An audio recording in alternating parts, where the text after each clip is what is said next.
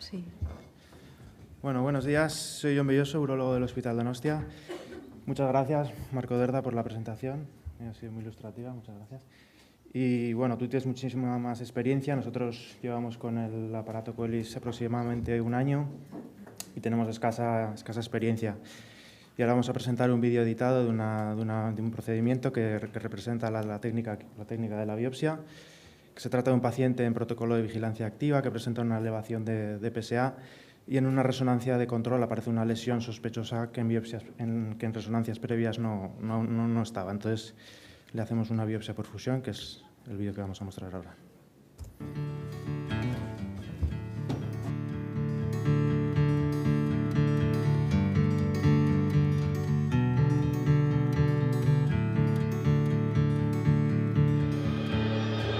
Buenos días, soy Jon Belloso, urólogo del Hospital Donostia. Hoy vamos a realizar una biopsia de próstata transperineal por fusión de imagen y con nosotros tenemos a la radióloga que trabaja conjuntamente con nosotros, la doctora Rillaga. Este hombre se trata de un varón de 71 años que fue diagnosticado de un microfoco de adenocarcinoma de próstata Gleason 6 en el lóbulo derecho, que en los controles posteriores fue elevándose poco a poco el PSA y en su momento no tenía una lesión sospechosa en la resonancia, pero en esta última que le hemos realizado previa a esta biopsia de próstata sí que vemos un nódulo sospechoso en el lado contralateral. La lesión sospechosa está en la zona transicional y vamos a utilizar la fusión tanto del T2 como de la secuencia de difusión para poder localizar mejor la lesión. Seleccionamos la imagen morfológica basal T2 y posteriormente fusionamos la secuencia, el ADC, la secuencia de difusión, para obtener una mejor visualización. Vamos corte a corte, más o menos, vamos dibujando el contorno prostático. Una vez que hemos confirmado en las otras secuencias también la localización de la lesión, validamos y nuestro trabajo ya ha finalizado aquí. Muy bien, y ahora pasaríamos, gracias Maya, y ahora pasaríamos a realizar la biopsia. Una vez tenemos importadas las imágenes de la resonancia, nosotros iríamos a dibujar los contornos ecográficos que recogemos in situ y fusionaremos la imagen y procederemos a realizar la biopsia.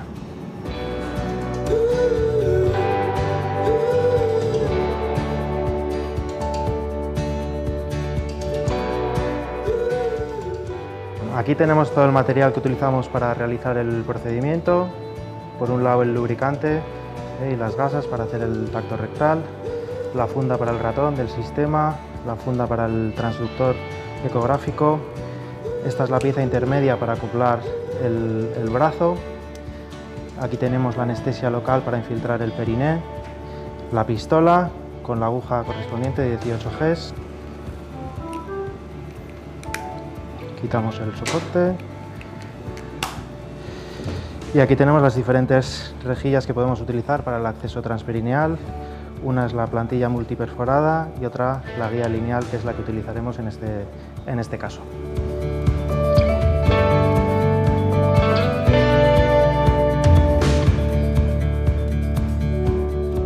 El paciente se encuentra en posición de litotomía. Aquí tenemos el brazo que va acoplado a la mesa. Y esta es la pieza, el acoplador, donde colocamos después la pieza intermedia para acoplar el transductor. Ahora colocaremos la funda del transductor con un poco de gel y procedemos a la colocación del mismo en la pieza intermedia. Es importante retirar las burbujas de aire que puedan quedar. Ahora moveremos el brazo con esta rueda, que es la que nos permite movernos en todas las direcciones, y comenzaremos.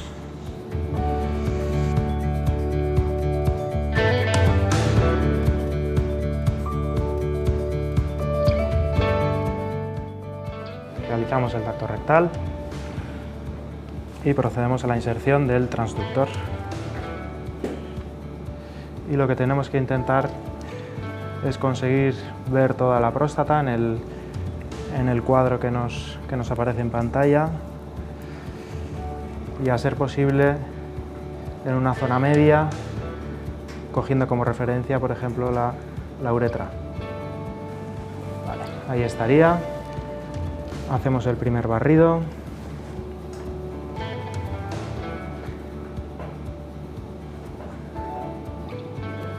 Y aquí tenemos que ver la próstata en las 3 dimensiones, que veamos la glándula completamente en las 3. Y si estamos satisfechos con la imagen, validamos. En este siguiente paso tenemos que encuadrar la imagen de la glándula dentro del recuadro, que es lo que el aparato va a recoger para fusionar la imagen con la resonancia. Y aquí lo mismo, cuando ya tenemos toda la glándula prostática encuadrada en el margen que nos ofrece el software, pues le damos a validar. Y en este momento es cuando nos vemos las 3 dimensiones también de la glándula prostática, axial, sagital y coronal, y es donde tenemos que proceder a dibujar los contornos ecográficos. Para ello aumentamos un poquito la imagen.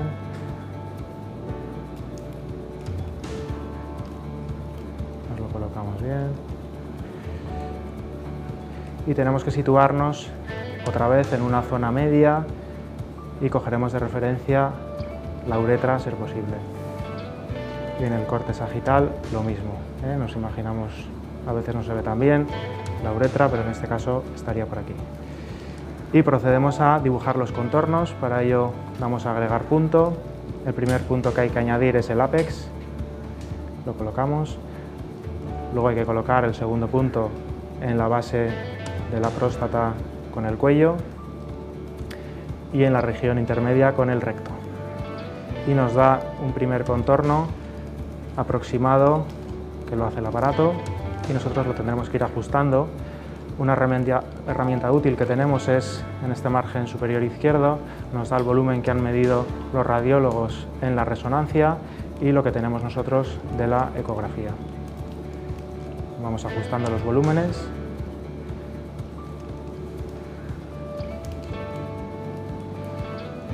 Tenemos la opción de ocultar el contorno para ver mejor los márgenes, de aumentar o disminuir los contornos.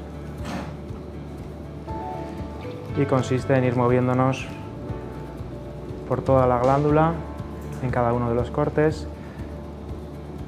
para ver si el contorno dibujado se aproxima a lo que vemos nosotros en la ecografía.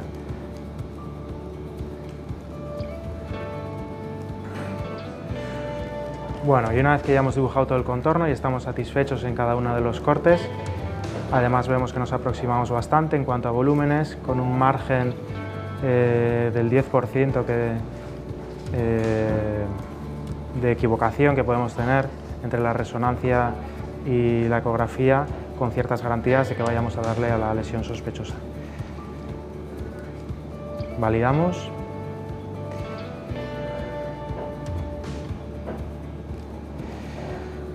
Y aquí nos ofrece una imagen que todavía no es la fusión, pero sí que podríamos decir que es una prefusión, en la que tenemos que ver un poquito que los bordes o contornos tanto de la ecografía como de la resonancia más o menos coinciden, para decirle al sistema que sí, que estamos satisfechos con los contornos que hemos marcado y queremos que nos fusione estas imágenes.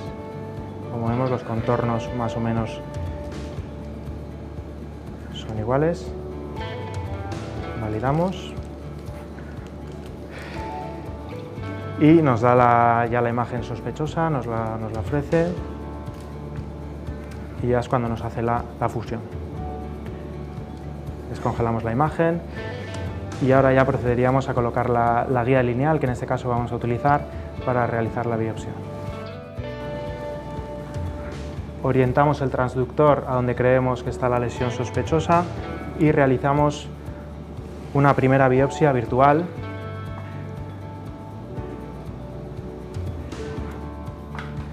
Para que nos diga dónde tenemos colocada la guía. Y ya podemos proceder a la realización de la biopsia. Como vemos, entre las letras I y J tenemos varias opciones para realizar la misma. Vamos allá.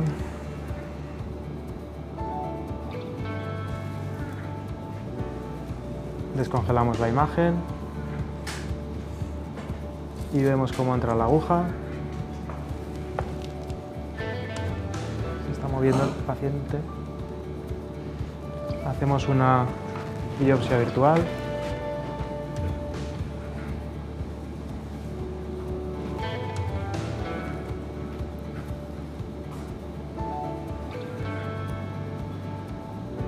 Y yo creo que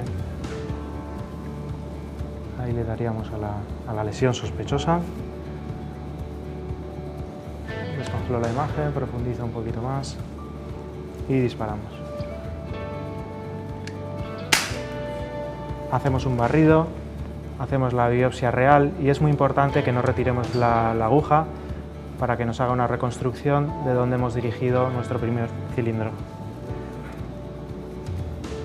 Ahora ya podemos retirar la aguja.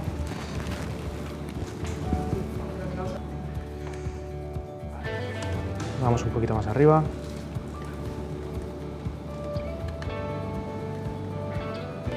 Hacemos otra virtual.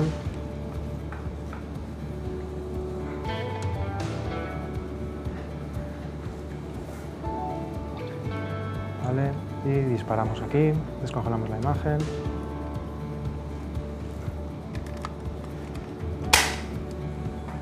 Hacemos un barrido. Importante no retirar la aguja.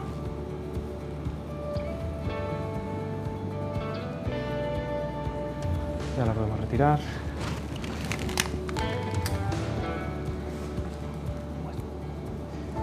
Realizamos otra muestra, otro muestreo virtual. Entre la I y la J podemos ir.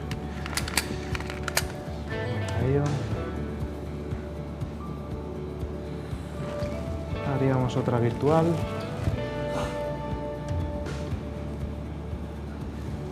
Y como vemos podríamos disparar.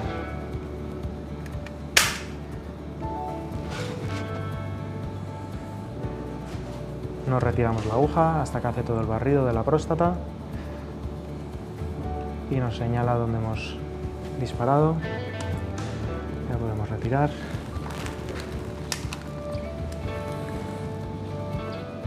Ya tendríamos 3 cilindros de la lesión sospechosa. Ahora pasaríamos a la biopsia sistemática de cada uno de los lóbulos. Recogeremos 6 cilindros de cada uno de los mismos. Vale. En este caso no hace falta que hagamos una biopsia virtual, ya que vemos que vamos dirigidos a la glándula prostática. Disparamos.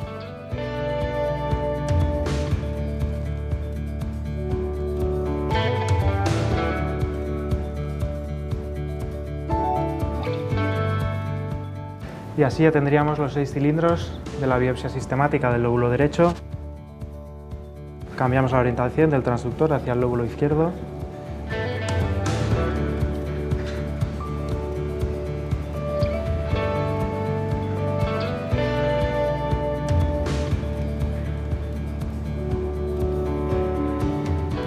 Vale, con este cilindro habremos concluido la biopsia sistemática del lóbulo izquierdo.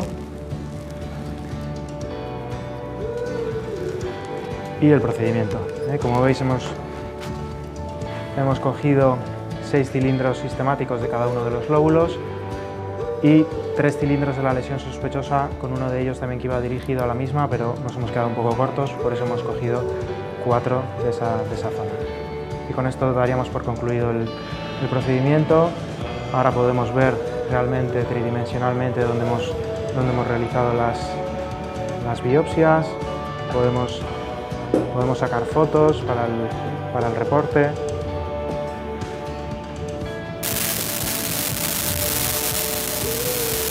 Y con esto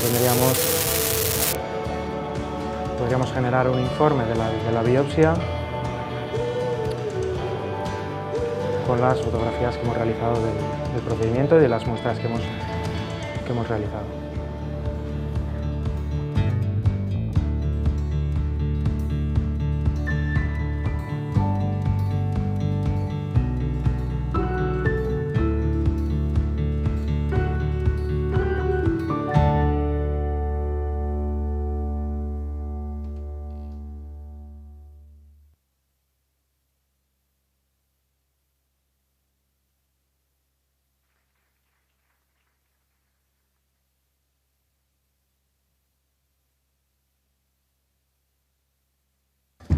Bueno, si queréis, ahora hacemos alguna pregunta o damos paso, si quieres, a la siguiente presentación.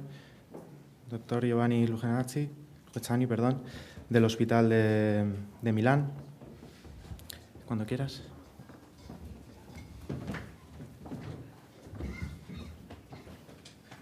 Espera, ¿cuál era? Este, ¿no? No, este. Esto.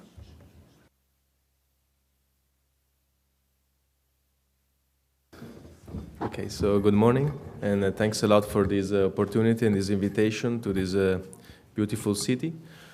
And I'm here as a neurologist to try to present you what is our experience in the hospital that I work in, that is Humanitas Research Hospital in Milano, with this new platform that is this Marco Ultrasound platform. And actually, we also have an experience, a quite big experience with fusion biopsy, but we feel that in some patients probably that could not be the best option. So this option may be a valid tool for as an alternative to these to multiparametric MRI and fusion biopsy in the diagnostic pathway of patients with a suspicion of prostate cancer. Here in this presentation, I just want to show you some video about 3 cases to show you the potential application of this machine, because actually we can perform a target biopsy using these micro ultrasound images, but we can also perform cognitive biopsies, and also using the Fusion View system, we can also perform a cognitive biopsy that is kind of similar to a standard fusion biopsy.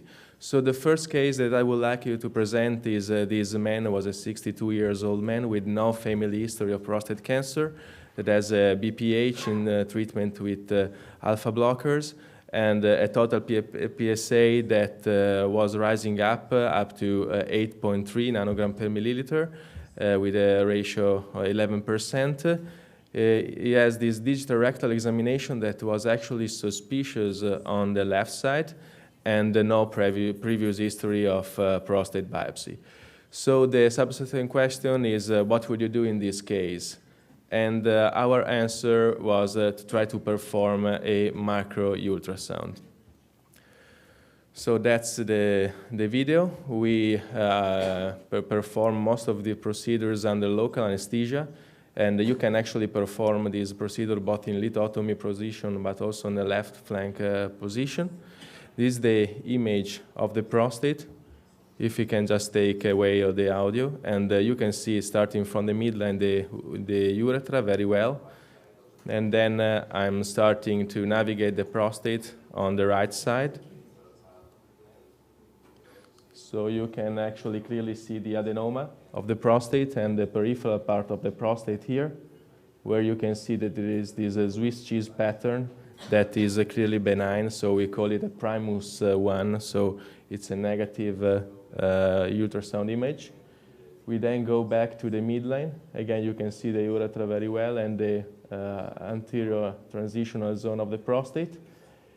And here you can see in the left part of the prostate that there is something here that is an hypoechoic area that looks a suspicion. I will call it a smudgy lesion, a Primus 4 lesion. And you can see that it is developing a little bit also into the transitional part of the prostate.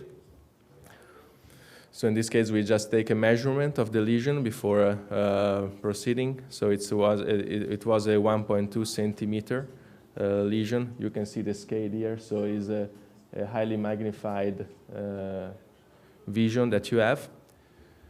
We then proceed with the local anesthesia, that is a standard local anesthesia. With this instrument, you have actually 2 channels, the white channel going in with a 12 degrees inclination. And here we are just sending some lidocaine at the seminal vesicle tip on the right side, and the same thing actually on the left side.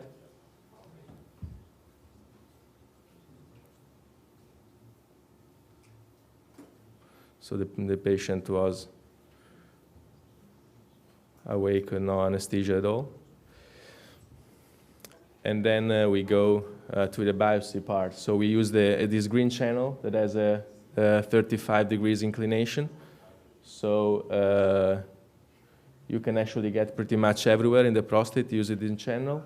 And we identify the lesion again. And then we are taking some biopsy samples of the lesion. You can clearly see the biopsy needle going in. And what I would like you to notice is that we can see the previous biopsy needle tracks. So I think that with this system, you can also avoid passing through the same sites, and this allows you also to do very good, very nice systematic biopsies as well. We're taking a third core from the lesion, and then we are performing a normal sextant systematic biopsy, starting from the right base, and then going to the right lateral part of the prostate.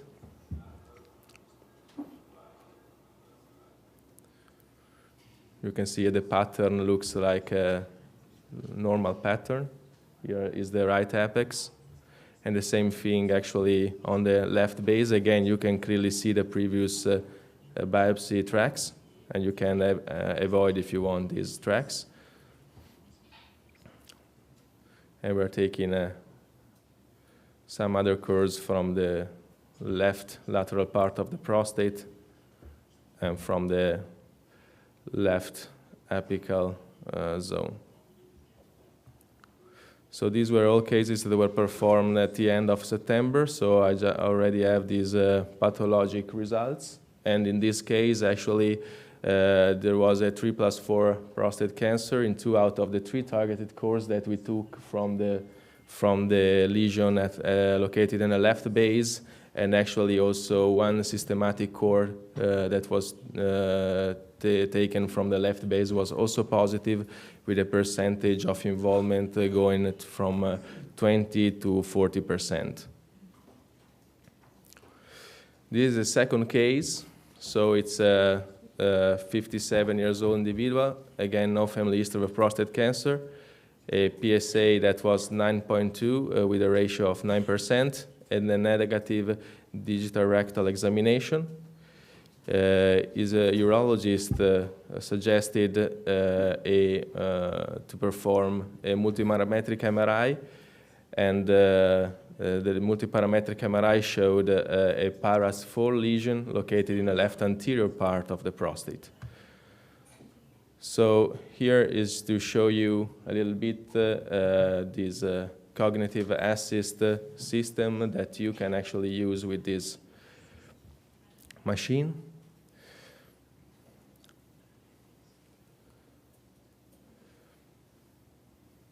So basically, what you do is that you superimpose the image of the prostate to that of the prostatic map that you can basically find in every single MRI report that you have. And then you can use these informations from the prostatic map to get the right part of the prostate during the micro-ultrasound procedure.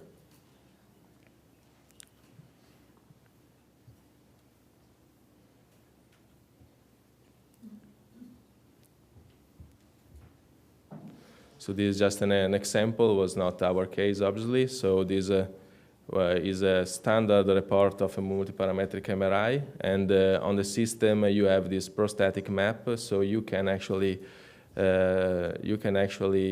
target the part of the prostate where the lesion is. Then you proceed with the fusion view alignment, so you take the midline of the prostate using the urethra as a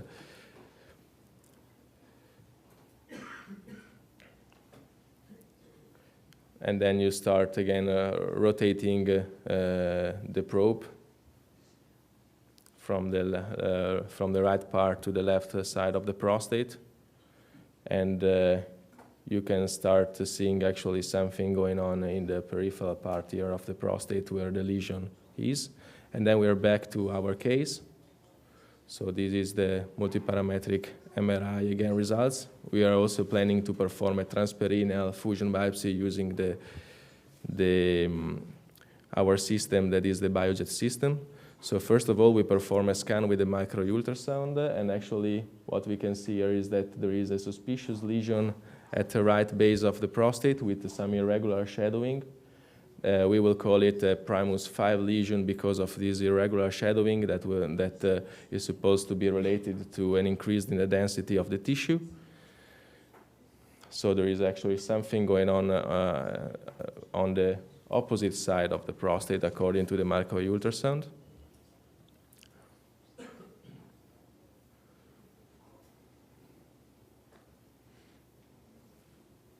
You can see the lesion here, next to the seminal vesicle tip. Again, we took a measurement of the diameter of the lesion. That was almost 1 centimeters. And then we use this system to align the images. So we are getting from the right to the left part of the prostate. And then you can actually see that here is the target according to the prostatic map.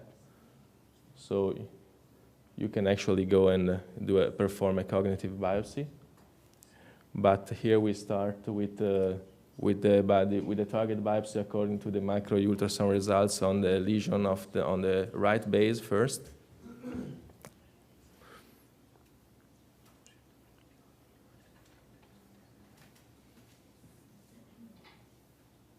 And then using the cognitive assist system that I showed you, we took also a couple of samples from the anterior part of the prostate on the left side. And then in this patient, since it was an initial biopsy, we also took some systematic cores, as I showed you before. And these were the results at the pathology. So actually, there was a 3+4 cancer in the 2 cores that were taken from the lesion on the right base.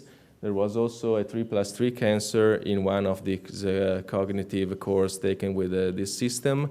And then we also took, as I told you, a transperineal fusion biopsy using the BioJet system that revealed the 3+3 disease in the lesion located in the anterior part of the prostate on the left side. And there was also a core that was positive in the right base in the systematic biopsy. And finally, my last case to show you the fusion view system. It's a 59-year-old patient with no family history of prostate cancer, presenting to us with a 10.3 PSA, a negative digital rectal examination. He has 2 negative previous prostate biopsy, and an MRI that showed 2 parasitical lesions located close to each other in the left transitional zone of the prostate. So here, again, what we decided to do was to perform both a transperineal biopsy using our BioJet system, but also a targeted biopsy using this fusion view system. You are actually using the DICOM images that you have annotated before for the location of the lesion, and then actually the process is pretty much the same. So you proceed with the alignment of the probe starting from the midline, and then you perform a scan of the prostate again, going from one side to the other. This is just an example, and then we'll go to our case.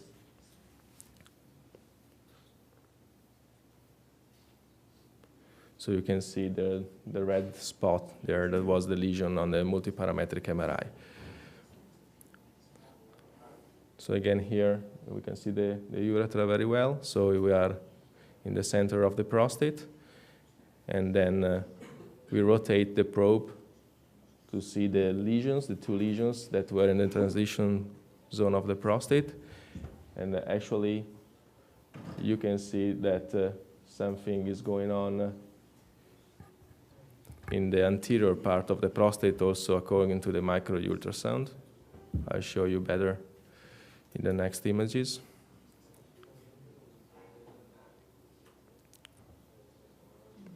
Okay. So here you can see that there is an hypoechoic lesion with a little bulging of the prostatic capsule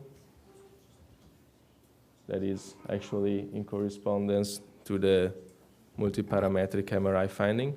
And what we do next is proceeding with a targeted biopsy of the lesion. So you can see that with this inclination of the needle, you can actually reach easily also the anterior part of the prostate. So we're taking 3 cores.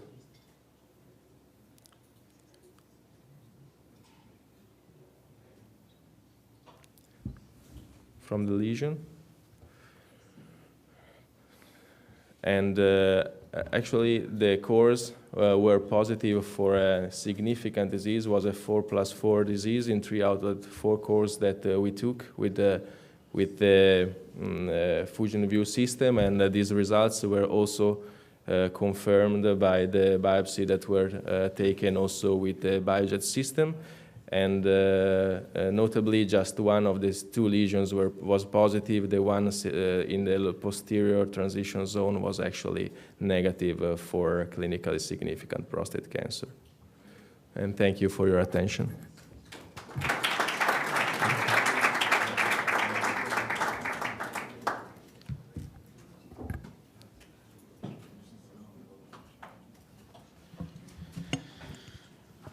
Bueno, muchas gracias. Thank you very much for your presentation. ¿Alguna pregunta, comentario? I actually like to ask you some questions, because I think that this system is promising, and I've tried it myself, just a few cases. But the questions are, first, what is the learning curve? Because it's not so simple to me to find the criteria to judge a lesion to be suspicious or not. And also, the example that you showed us, there was some hypoechoic features, but this was not the one that you targeted. So after how many cases you felt confident when you did the biopsy? And the second point is about the dimension of the prostate. When you have large prostates, what you do if you have an anterior lesion and prostate, for example, 6 centimeters of diameter, if the resolution of the system is good enough to allow you to do the biopsy. Okay, thanks, Marco. These are very good questions. So starting from the first one, regarding the learning curve question, I have to say that I feel myself, I perform more than 500 now ultrasound and 300 biopsy we're using the system, and I still feel like I'm in my learning curve. So I actually have no answer to that. What we know is that there was a study that was published actually in the Journal of Urology back in 2016 that showed that this primus core could be easily learned and applied, but the main problem with the system so far is its specificity. So actually, since you're not used to see things with such a grade of detail, you tend to see more than what you really want to see. And that's a problem that is still a real problem of the machine. I mean, the specificity according to our experience, but also to the experience of other centers that are using this machine. So also Dr. Astovieta in Bilbao, for example, to make an example, are approximately 20%. So it's not a high specificity. There's a very good sensitivity and negative predictive value. What we need to work on, indeed, is to improve its specificity and positive predictive value. And I believe that maybe with novel technologies that can be applied to this system, maybe elastography, maybe Doppler, maybe there is also an algorithm that they are trying to develop that is going to tell you whether or not the lesion is suspicious, and the grade of suspicion that may improve the performance, that may make the examination less subjective, but it's still obviously, as every ultrasound procedure, very operator dependent so far. And regarding the second question, the question about the dimension, actually the image you can obtain can go up to 5 centimeters in diameter. It means that very large prostate, you cannot get good images, especially of the anterior part, the transition zone of the prostate. So actually what I would suggest is to use this examination for prostate that are less than 100 grams. And I think that this technology actually is mainly developed to explore the peripheral part of the prostate. So I can see some kind of complementary role between the multiparametric MRI and this technique, because I think multiparametric MRI is the standard, and is the standard actually this is even more true for the transitional zone lesion. That's for sure. So this machine works, for my opinion, very well for exploring and targeting the peripheral part of the prostate and the anterior zone of the prostate, not the transitional zone of the prostate. And one last question. Would you recommend this approach for biopsy-naive patients? And would you rely on that if you wanted to do a focal therapy? That's another very good question. Actually, regarding the biopsy-naive patient, I think that this is the main role of this technique, because what I see, my concern is about the use of multiparametric MRI in a screening setting in terms of resource consumption, in terms of costs. I don't think that multiparametric MRI can be easily applied to all the population with a suspicion of prostate cancer. Therefore, I believe that this technique may be very effective actually individuals that are biopsy naive and where maybe you may also have a suspicious digital rectal examination. I don't think that this patient basically need a multiparametric MRI, but I think that these patients may undergo a micro-US and then decide eventually in real time whether or not to get a targeted biopsy. And regarding the focal therapy, actually I cannot really answer to your question. I mean, I feel comfortable when I see a lesion. Sometimes I can really see very well the margins and everything, but the problem here is to also monitor the response to the treatment, and I think that we don't have this instrument. It's just an anatomic information what you get. It's not functional. So indeed, the multiparametric MRI for focal therapy and monitoring of the lesion is the gold standard and will remain the gold standard. I'm pretty sure about it.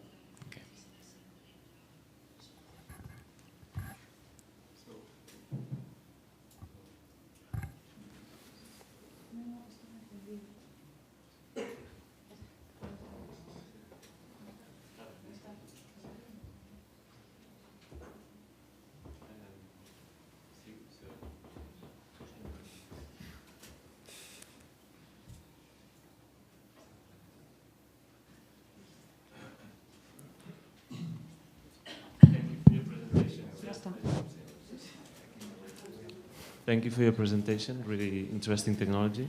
I just wanted to ask you if there are any studies that really prove that the micro ultrasound is better for the anterior zone and the peripheral zone, as you said. I also believe that it could be a really interesting tool for naive biopsy patients if you don't have the availability of an MRI. But I disagree with you when you say that when you have a clinical tumor of the prostate, you shouldn't perform an MRI. Because this MRI will also help you in the local staging that you will use whether the patient goes to surgery or radiotherapy. So in the patients that are biopsy naive and you don't really have a clinical suspicion, I think this ultrasound gives you more power to detect other things. So my question is, if there are any studies that really prove that? And the other question is, do you know if the company is also developing this technology, I don't know, for kidney or for other tissues? So very good point. Regarding the question about location, just want to show you one slide here. It's our actually initial experience, and it was like a location study. I don't know if we can get the images back on the screen. Mm-hmm. And yes, so this was an heat map to try to show you actually the correspondence between the clinically significant prostate cancer, where they were located by multiparametric MRI. Here it is first, by micro-ultrasound, and the concordance between the two methods. Actually, what we can see here, so actually where the prostate is yellow is where the system is working better. And we can see that the multiparametric MRI indeed works better in the anterior and transitional zone of the prostate, as well as in the lateral part of the prostate. That, I believe, is because you get longitudinal images with this system. So sometimes if you have a lesion in the far lateral part of the prostate, you may not see it very well with a scan. And that's one point. But for example, here, for the base and the apex of the prostate, actually the performance is similar or even better with the micro-ultrasound. So actually from our experience, the results in terms of location for the peripheral part of the prostate are very good using this method. This will be actually discussed also in the next EMUC meeting in Amsterdam. And regarding the staging, I agree with you. Multiparametric MRI still remains the gold standard. However, I have to point out that according to the evidence that we have, multiparametric MRI has not such a good accuracy in determining extracapsular extension, because its accuracy, according to a recent review article, was between 50 and 60%. So not that much more than a flip of a coin. So from a staging perspective, this is not indeed that sensitive, but also the multiparametric MRI has a lot of work to do. And the second question was about the kidney eventually. Okay, so that's a question that you may actually want to do to the X-ray imaging. I know they are working on a linear probe for kidney. That's the main problem with this system. Actually, you just get the system that is quite expensive, and you just have a transrectal probe. Therefore, it's kind of limited in its application. But I believe they are working hard to get also some other probes in order to use it also for other organs. I'm pretty sure that they will come out with these in the next year. Una pregunta para Jon. Quería preguntarte, cuando se revalúan los casos en los que hay discordancia entre lo que nos mandáis y los resultados que damos los patólogos, ¿qué conclusiones llegáis? O sea, por ejemplo, esos casos en los que nosotros damos negativo el nódulo sospechoso, incluso luego en algún cilindro del muestreo sale un microfoco de 1 milímetro de adenocarcinoma. Cuando se revalúan las imágenes, el caso, las conclusiones son que el nódulo no es tan sospechoso como se pensaba, que quizá la técnica no ha sido tan buena como se deseaba, que en el proceso ha podido haber algún error y ese microfoco era del nódulo y no del nódulo, o que el patólogo es muy malo y da negativo. ¿Cuáles son las conclusiones que llegáis? Bueno, es extensiva para todos, pero bueno, te la hago a ti porque como trabajamos... Normalmente depende un poco del caso, ¿no? Si la lesión realmente es sospechosa... Sí.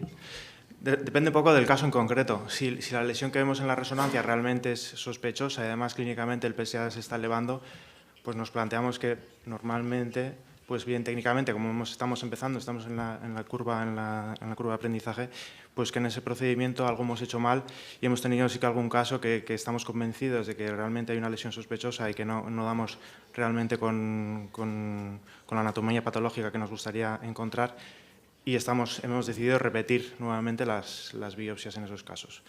Pero depende un poquito del caso en concreto. ¿Esos casos que damos en las de muestreo? O sea, que sale en el muestreo y no sale en el nódulo. Hombre, ahí ya estamos un poco en el paradigma del cáncer de próstata en sí, ¿no? que realmente es multifocal, y sí que hemos tenido algún caso de tumores en la biopsia sistemática, pero sí que hemos tenido sobre todo casos de cánceres de próstata no clínicamente significativos realmente en la biopsia sistemática, no realmente clínicamente significativos. Entonces también depende un poco del caso en concreto, pues decidimos un tratamiento o no, o una vigilancia activa, un seguimiento. No sé qué pensáis vosotros. I think that this point is what we try to highlight in our big series, multicentric study, when saying that, however, MRI has its limitations, and we found actually, and this was 15% of cancers found by systematic biopsies where MRI didn't see any suspect lesion.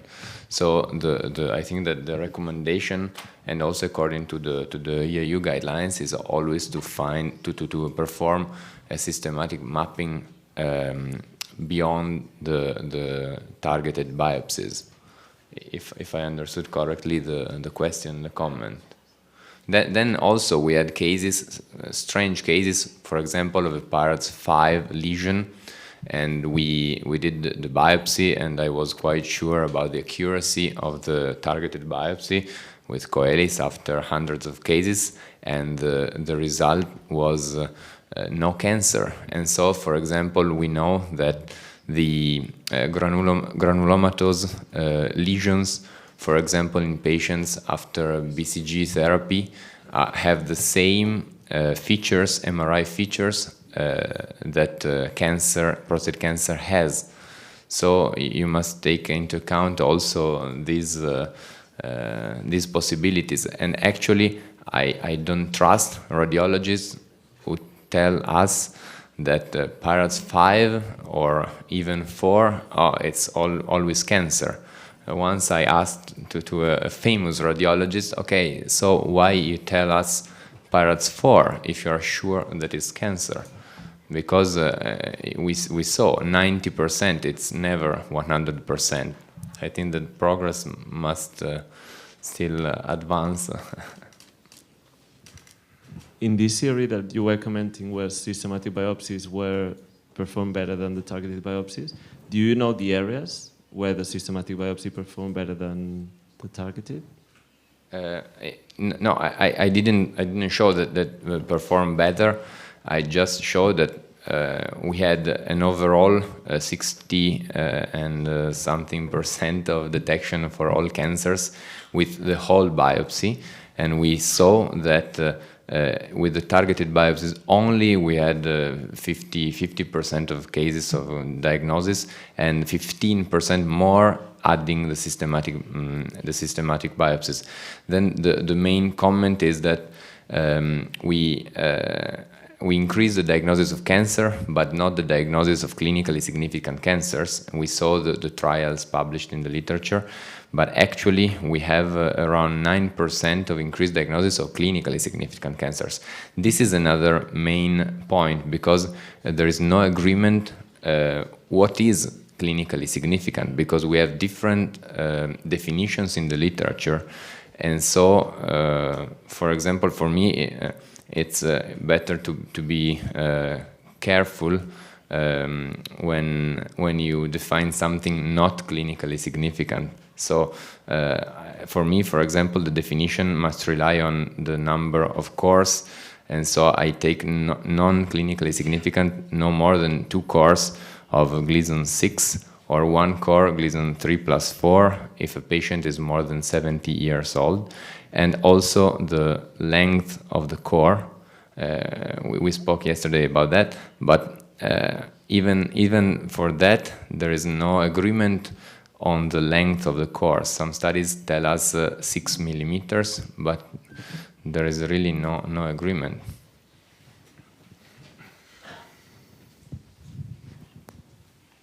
Y bueno, esto es como un comentario general, es que esto es muy importante, ¿no? Porque la complejidad de la interpretación de las imágenes de los ultrasonidos de alta precisión, eso está claro, y puede ser una limitación, pero en las biopsias por fusión, con el equipo Koelis o con cualquier otro equipo, pasa algo parecido. Necesita un aprendizaje clarísimo, eso es evidente, y se juntan las limitaciones del operador, del que hace, a las limitaciones de la propia de resonancia, es decir, que no pensemos que la máquina va a resolver los problemas. Eso es. Entonces tienes que ver los resultados, tanto si son positivos como si no lo son, tienes que valorarlos dentro del contexto general del paciente. Eso es muy importante, me parece.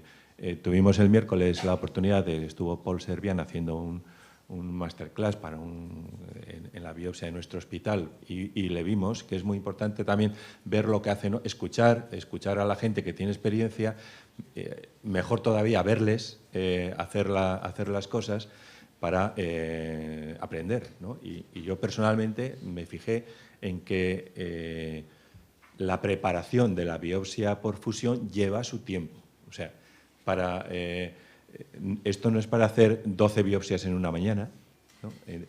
Hay que ser detallista, me parece bastante detallista, hay que poner bien los bordes, marcar bien y seguramente eso tendrá su repercusión en la rentabilidad de la biopsia, en que los resultados sean más reales, ¿no? O sea que esto es muy claro, o sea, hay que formarse en estas cosas, ¿eh? Y luego sobre los ultrasonidos de alta precisión, lo que has comentado, que te escuchamos hace unos meses en Bilbao hablar de este tema, y antes también habíamos oído hablar sobre esto, siempre como la competencia con la resonancia, pues no hay competencia con la resonancia, cada cosa es para lo que es, ¿no?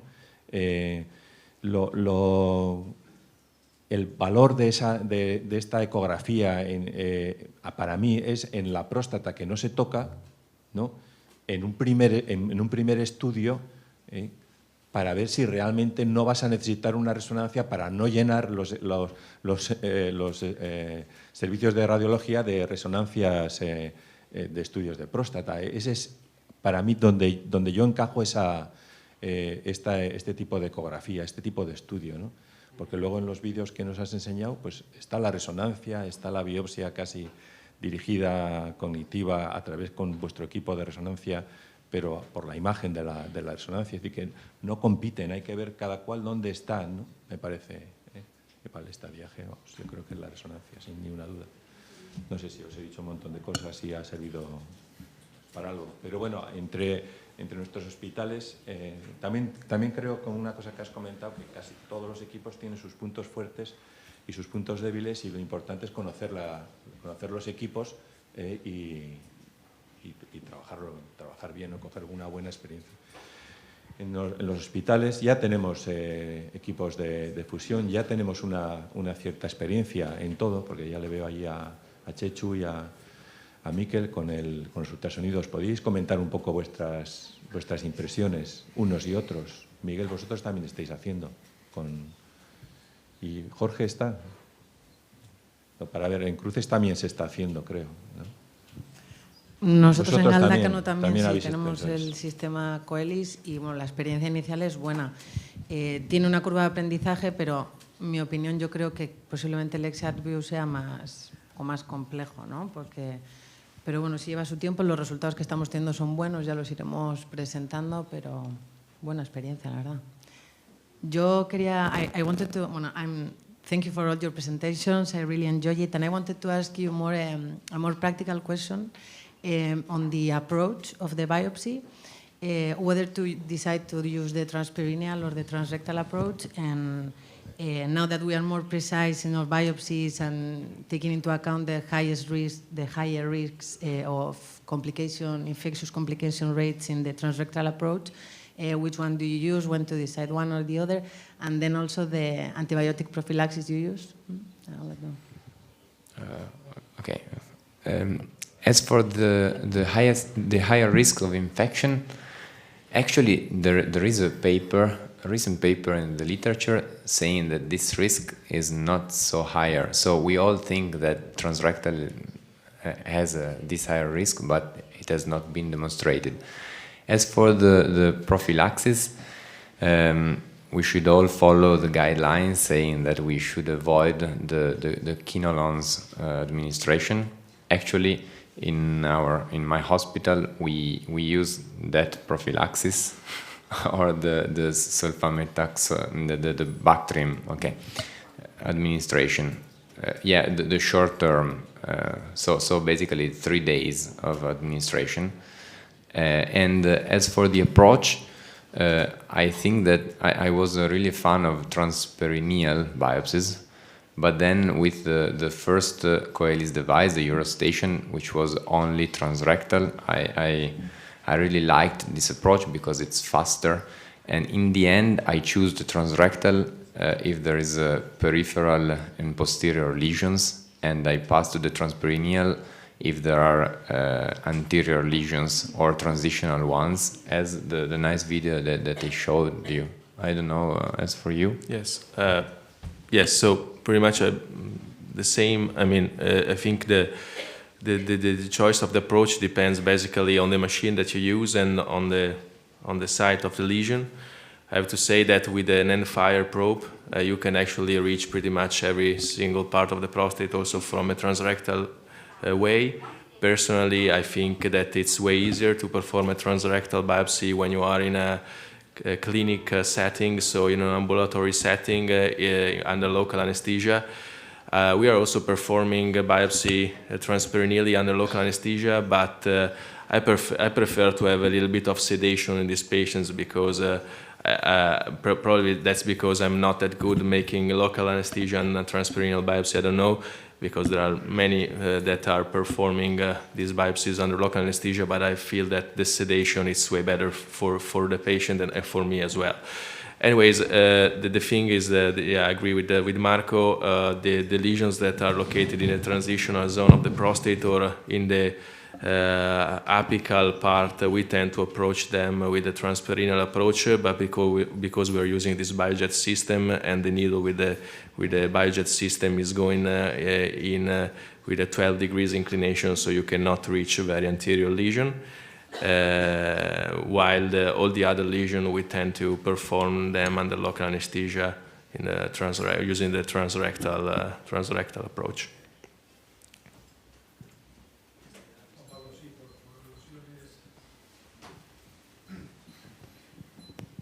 Yo creo que casi todo. Felicitar a los, congratulations for your presentation.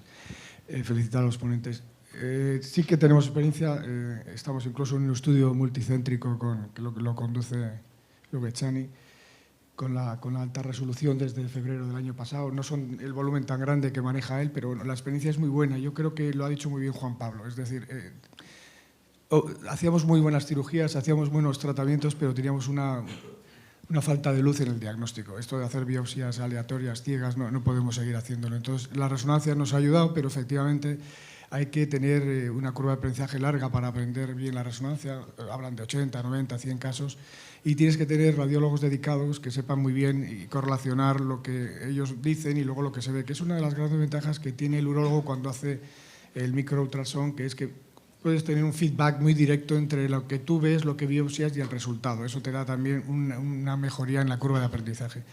Los microultrasonidos es una técnica de imagen excelente para la zona periférica, cuerno anterior del ápex, y todas las técnicas de imagen naufragan en la zona transicional por la actividad que hay ahí. Es verdad que es una prueba anatómica, pero yo creo que ya con eso tenemos bastante información. Si uno puede mejorar la sensibilidad de su primera biopsia y descartar el mayor porcentaje de tumores que están en estas zonas, probablemente necesites hacer menos resonancias y dejar la resonancia y no saturar los servicios para los casos donde persista la sospecha clínica o bioquímica de que tiene un cáncer, y la resonancia sin duda pues nos va a ayudar a dirigir y buscar esas zonas donde los tumores son más pequeños, en zona anterior, y ahí sin duda tenemos que tener un equipo para hacer fusión y hacerlo por vía perineal. Es decir, al final creo que tenemos que tener todas las herramientas para intentar hacer la primera biopsia que le hagamos al paciente que sea la que le podamos decir un valor predictivo negativo muy alto o que tiene un cáncer clínicamente significante que necesita un tratamiento, ¿no? Entonces, sin duda, yo creo que el camino que se nos abre es apasionante, ¿no? Lo que habrá que hacer es cómo encajar estas pruebas en el flujo de trabajo diario y optimizarlas, ¿no? Pero sin duda, parte de que tengas gente dedicada, un radiólogo experto en resonancia, que no te dé muchos PIRAS 3, menos del 15%, ¿no? Y un urólogo que conozca bien la próstata, conozca esa anatomía y que haga muy bien las biopsias y sepa bien de esa anatomía con la tecnología apropiada, ¿no? Miguel, vosotros, vuestra experiencia, la experiencia vuestra, ¿qué tal está siendo?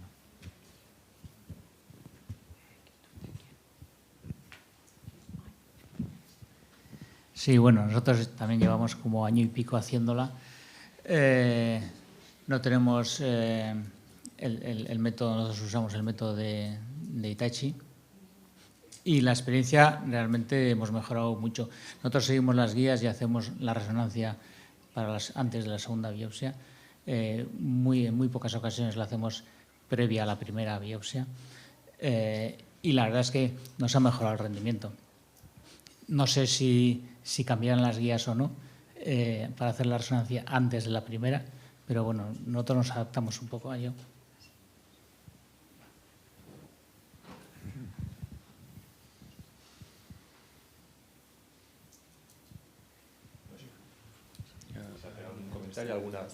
¿Alguna otra pregunta?